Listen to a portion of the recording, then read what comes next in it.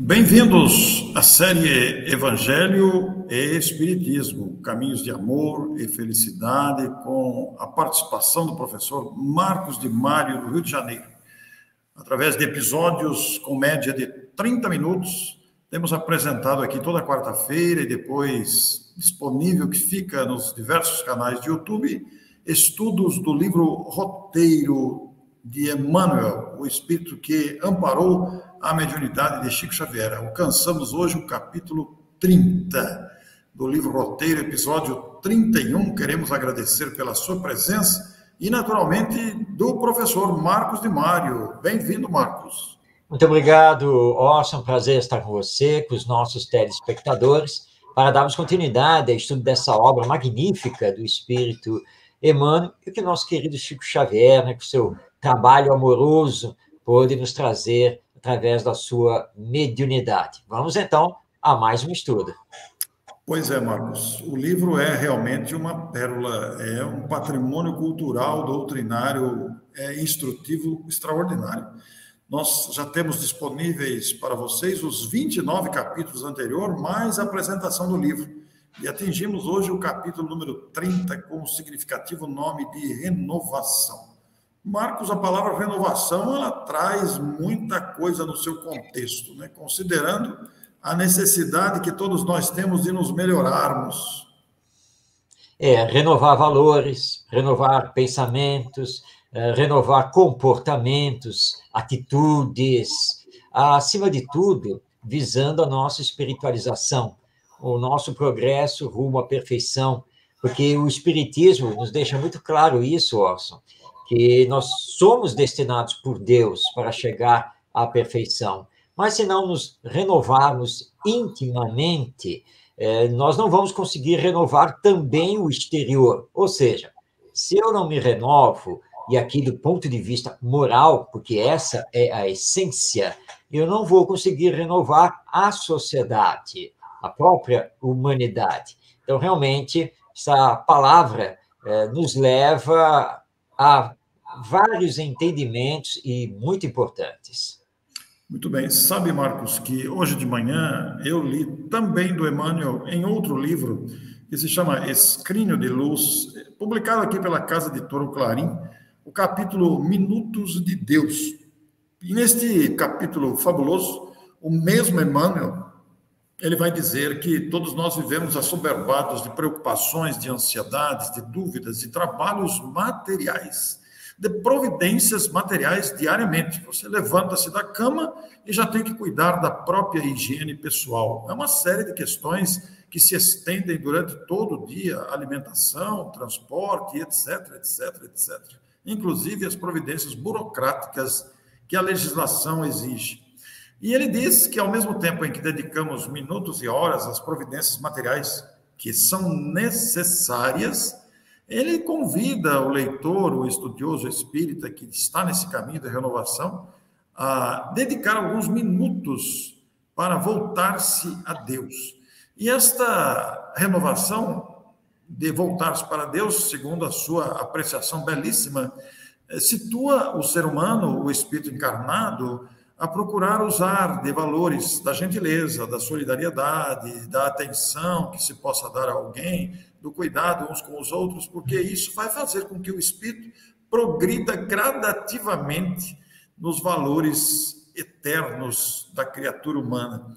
Então, me chamou muita atenção a lição hoje cedo, Minutos de Deus, porque essa dedicação gradativa nos faz evoluir igualmente. É um exercício. E vamos ver como é que o nosso Emmanuel destaca aqui nesse capítulo 30 do livro Roteiro. E ele começa de maneira muito interessante. As revelações dos Espíritos convidam naturalmente a ideais mais elevados, a propósitos mais edificantes. Para as inteligências realmente dispostas à renunciação da animalidade, são elas, essas revelações, sublime incentivo à renovação interior. É interessante porque as revelações dos Espíritos que vieram através da codificação de Allan Kardec convidam-nos mesmo a ideais mais elevados, a propósitos mais nobres. Ainda esbarramos em dificuldades próprias, Marcos, mas é exatamente este o caminho. É verdade, Orson. E o Emmanuel, ele coloca aí na na sua frase, um condicionante, quando ele fala para as inteligências, né, ou seja, realmente dispostas à renunciação da animalidade, as mensagens dos espíritos realmente são esse convite à renovação. Portanto, nós, que somos as inteligências, que estamos aqui no mundo terreno, nós precisamos nos predispor a aceitar esse convite da espiritualidade maior para nos renovarmos. E lembrando, Watson, que essa renovação ela requer um esforço íntimo, porque é você que precisa se renovar. Claro, eu aprendo com o espiritismo, com educadores de várias vertentes, eu aprendo com a vida. Tudo, na verdade, facilita que eu faça uma série de aprendizados. Mas não basta você aprender se você não coloca em prática. É aquela questão de você ter amplas formações acadêmicas, mas tudo na teoria, porque você nunca colocou a mão na massa. Né? Você é engenheiro, mas nunca esteve numa obra. Você é formado em direito, mas nunca defendeu uma causa no tribunal. E assim por diante. Você, por exemplo, é formado em medicina, mas a única coisa que você sabe fazer é dar aula na universidade, na faculdade, porque no hospital mesmo você nunca colocou os pés. Então, você tem teoria.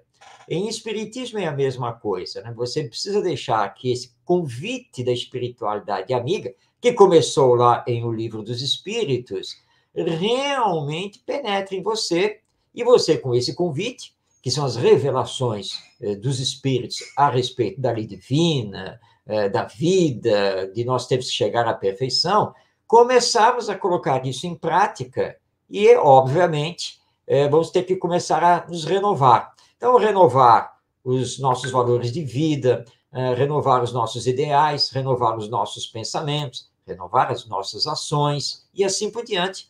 E isso é sempre dentro do campo moral, porque se bastasse crescermos em intelectualidade para alcançarmos a perfeição, nós já estaríamos até que relativamente bem, já que, segundo os espíritos superiores, nós somos uma sociedade intelectualmente um pouco mais desenvolvida, mas falta a questão moral, falta a questão do sentimento. Então, é para essa renovação que os mensageiros espirituais vem nos convidando desde 1857, com o lançamento de O Livro dos Espíritos.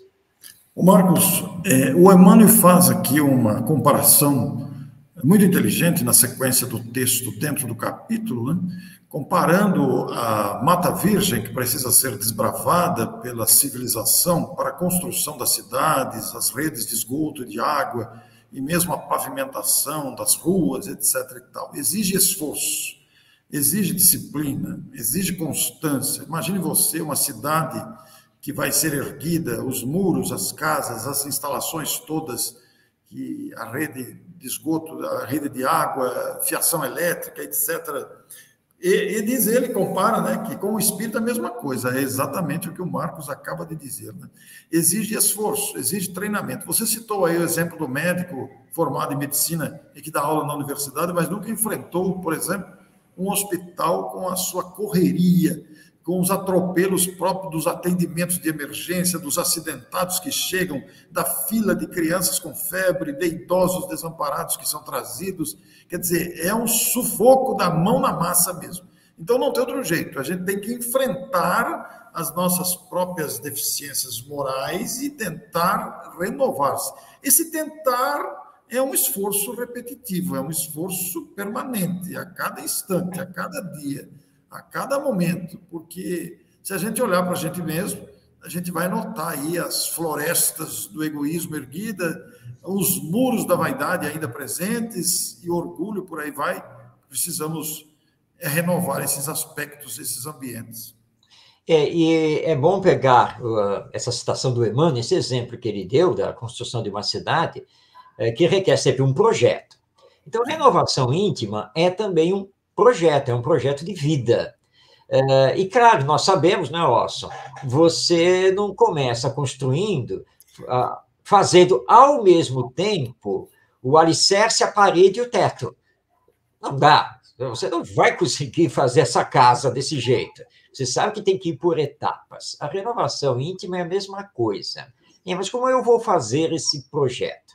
Bom, primeiro de tudo, você precisa fazer uma autoanálise em relação a como você está no desenvolvimento das virtudes e quais vícios ainda caracterizam o seu modo de ser. Então, você tem que pensar assim, olha, eu tenho que combater este vício aqui, o vício X. Eu preciso me trabalhar nesse vício X para não fazer mais isso, né? Eu preciso me melhorar nisso. Então, você começou a fazer um projeto, e você vai começar por aí. Esse vício X, por exemplo, pode ser a fofoca, a intriga, né? Falar mal dos outros, e você se pega nisso, não, eu tenho que me trabalhar, então eu tenho que vigiar a minha boca, tenho que controlar a minha língua, né? Mas eu também tenho que controlar meus pensamentos, né? De pensar mal dos outros. Você já iniciou o projeto. Mas eu tenho outros vícios, eu tenho outros defeitos. Calma, você vai combater um após o outro. Porque, não é, Orson, quando nós fazemos projetos muito grandes, nós fracassamos, porque é impossível para nós, não vamos ter forças para isso. Mas se você vencer paulatinamente, né, vício por vício, e paulatinamente desenvolver as virtudes, não adianta você dizer assim, eu quero ser tão amoroso e bondoso quanto Jesus. Nesta existência, você não vai conseguir, porque é impossível, não tem como. Mas, pegando o mestre como de modelo, você vai adequar isso à sua realidade para, nesta e naquela circunstância, você conseguir ser mais amoroso e mais bondoso. E começar isso com a família já é muito bom dentro do seu projeto de renovação íntima. Então, não esqueçamos que o Espiritismo não está pedindo para nós essa renovação imediata, né? Que, em contato com a doutrina espírita, que revive o Evangelho, amanhã eu já tenho que ser espírito perfeito. Não é nada disso. Então, faça o projeto e comece, então, a se trabalhar até que isso vai se tornando mais natural, e aos poucos você vai combatendo em si mesmo os vícios e vai desenvolvendo, ampliando as virtudes. Do mesmo jeito de um projeto de engenharia. É a mesma coisa, é o passo a passo. Os telespectadores que estão nos assistindo, vejam que comparação notável que o Marcos faz, né? Comparar a renovação a um projeto. E ele acabou de citar aí um projeto de engenharia. Quantos detalhes tem um projeto de engenharia? E não precisa ser nenhum projeto de engenharia. Qualquer outro projeto, de qualquer iniciativa que nós tenhamos, vai exigir atenção, concentração, a providências mil, mesmo que sejam burocráticas, organização, desenvolvimento, distribuição de tarefas, etc., cumprimento de alguns objetivos. É um projeto, exige bastante. E o Marcos você fez bem em dizer, Marcos, não adianta a gente elaborar um monte de projetos, e a gente não sai do lugar, né? Então tem que ir um por um. Então essa autoanálise de renovação é o caminho inicial para isso. Até porque, Marcos, eu vou até projetar aqui na tela para você ler a próxima seleção de texto do mesmo capítulo que nós estamos estudando hoje, do livro Roteiro, no capítulo 30, que tem o nome Renovação. Veja só, o Marcos vai ler para a gente. Muito bem, nosso Emmanuel continua, e agora ele vai tocar num ponto realmente muito importante, quando ele diz: as energias mentais dos habitantes da Terra tecem o envoltório que os retém à superfície do globo. Raros são aqueles cuja mente vara o teto sombrio com os raios de luz dos sentimentos sublimados que lhes fulguram no templo íntimo. Nós já tivemos a oportunidade, não é, Orson, de falar aqui da importância do pensamento, das energias mentais, e o Emmanuel, ele volta a tocar nessa tecla, porque ela é muito importante. Todos nós, ao pensarmos, criamos uma atmosfera psíquica no nosso entorno. E aí, quando nos juntamos com outras pessoas, nós temos essas atmosferas psíquicas reunidas e que ganham força.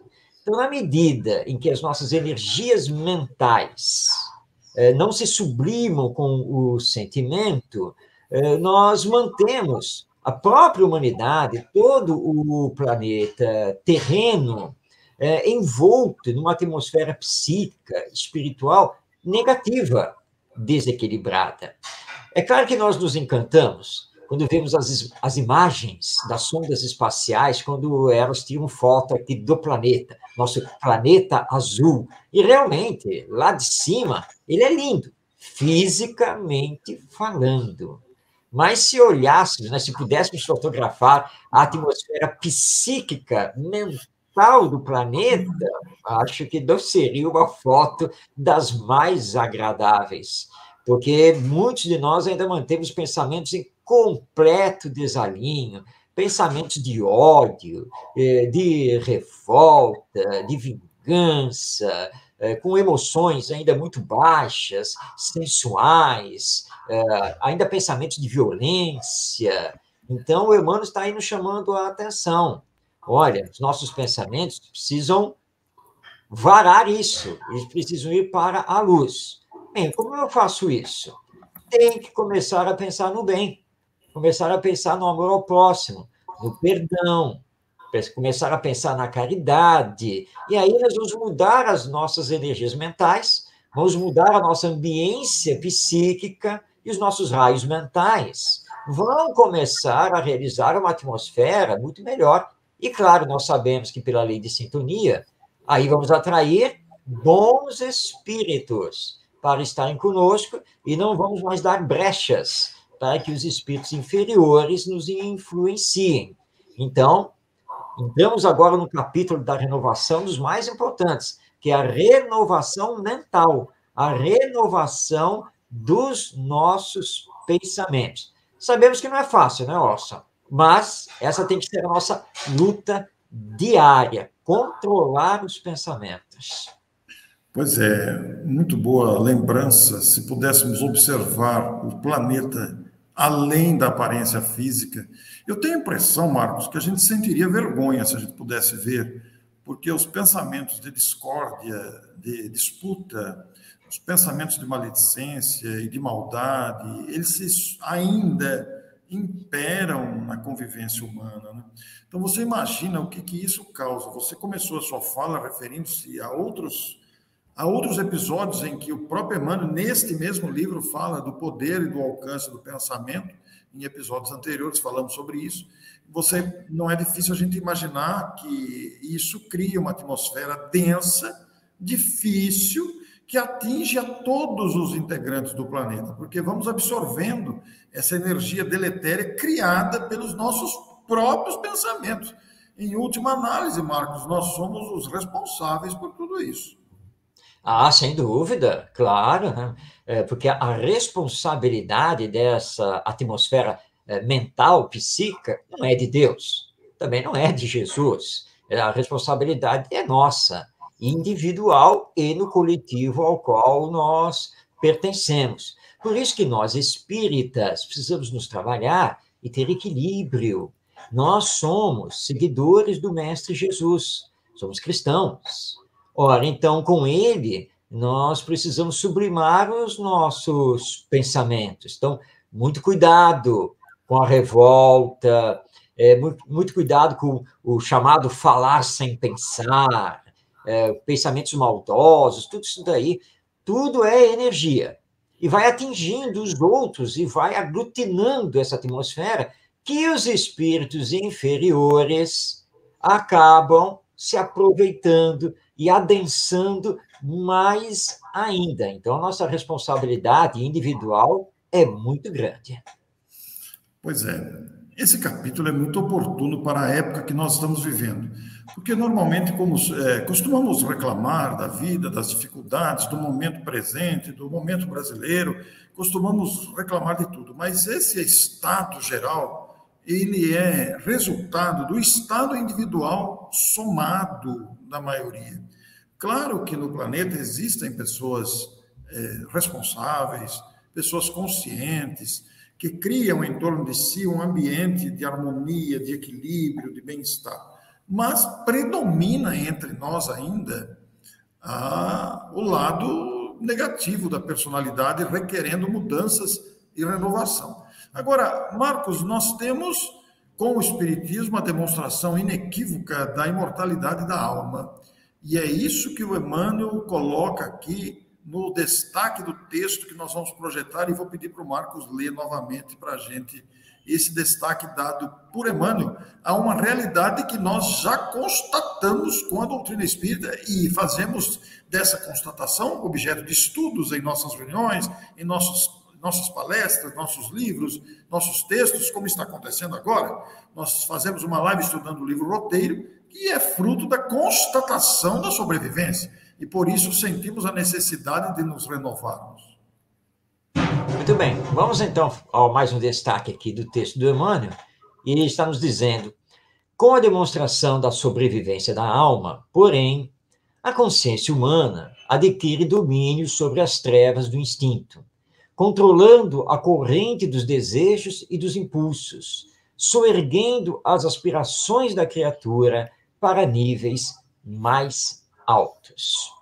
Eu posso até dar aqui, um depoimento pessoal, porque eu adentrei a doutrina espírita, comecei a frequentar o centro espírita na chamada pré-adolescência, e à época, e eu estou aqui agora já me referindo aqui, segunda metade da década de 1960, início da década de 1970, e eu, naquela época, tive contato praticamente direto com as reuniões mediúnicas.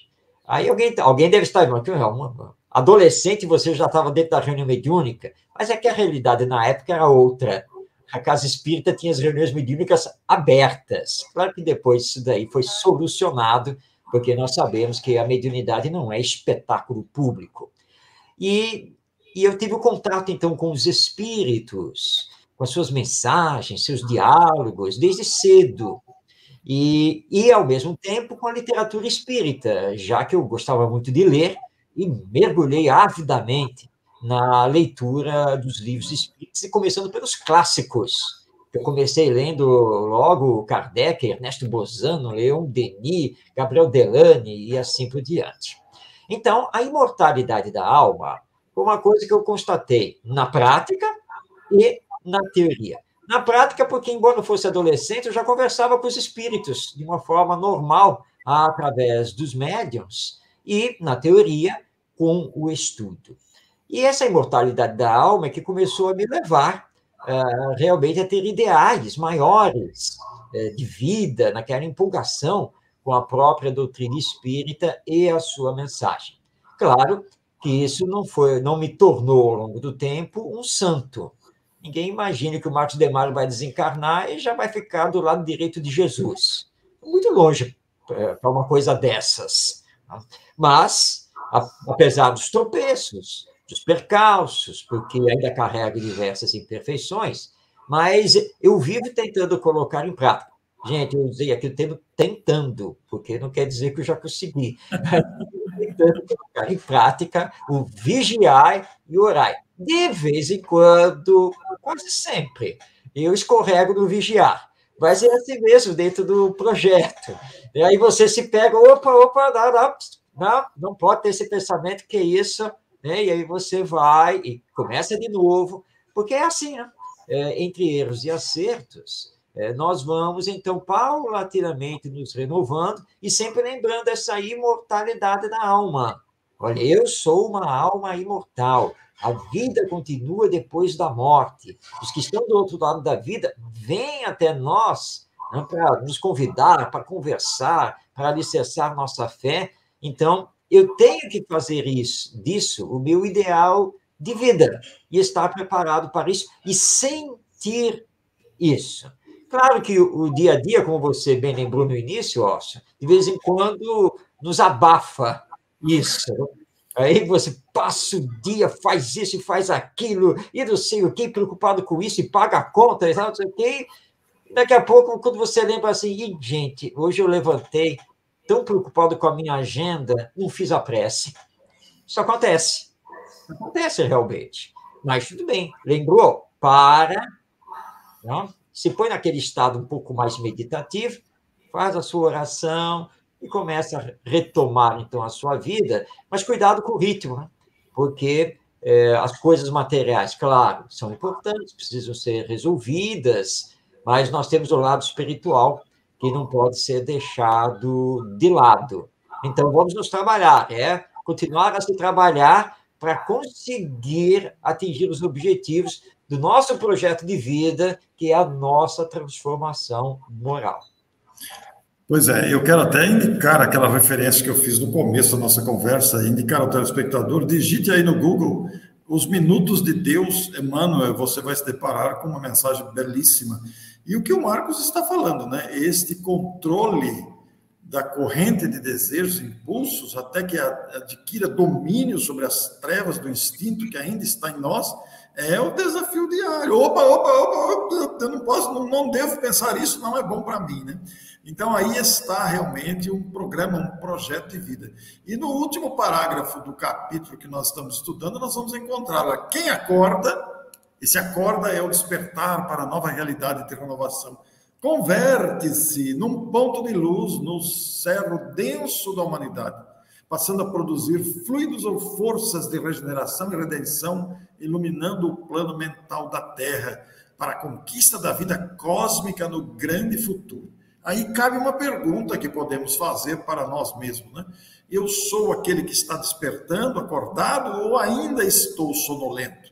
E Emmanuel vai colocar no seu último capítulo, que nós não destacamos aqui para projetar, no entanto, ele vai dizer que nobre é a missão do Espiritismo na Terra, porque procura nos despertar para essa responsabilidade que todos detemos conosco mesmo, comprometidos, conclamados, convidados à renovação interior para que colaboremos na renovação do mundo.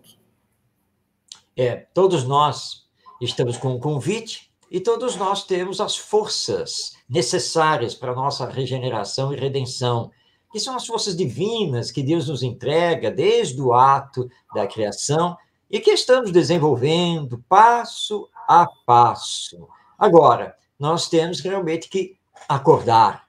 Depois de 2000 anos com a mensagem do Cristo, depois das revelações dos Espíritos, com o lançamento do Espiritismo, realmente nós precisamos despertar essas nossas forças divinas que estão latentes. E na medida que fizermos isso, temos certeza que nós vamos conseguir, sim, nos renovar e vamos projetar a nossa luz para a humanidade e além da humanidade. Compete a cada um de nós. Então, esse é o convite do Espiritismo com as vozes dos Espíritos através da mediunidade. Desperta, ó tu que dormes. E é isso que eles estão nos conclamando, nos concitando, e que possamos, então, despertar através dessa realidade da imortalidade da alma, das lições morais do Evangelho e, emitindo bons pensamentos, possamos levar também a própria humanidade para esse campo da fraternidade, da solidariedade, da caridade e do amor ao próximo.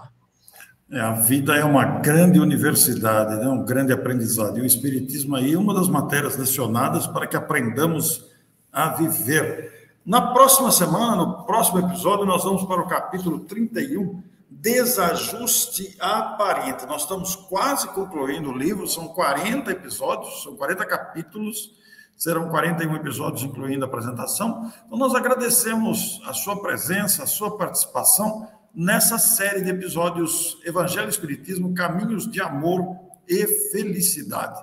Muito obrigado a você, até a próxima semana. Tchau.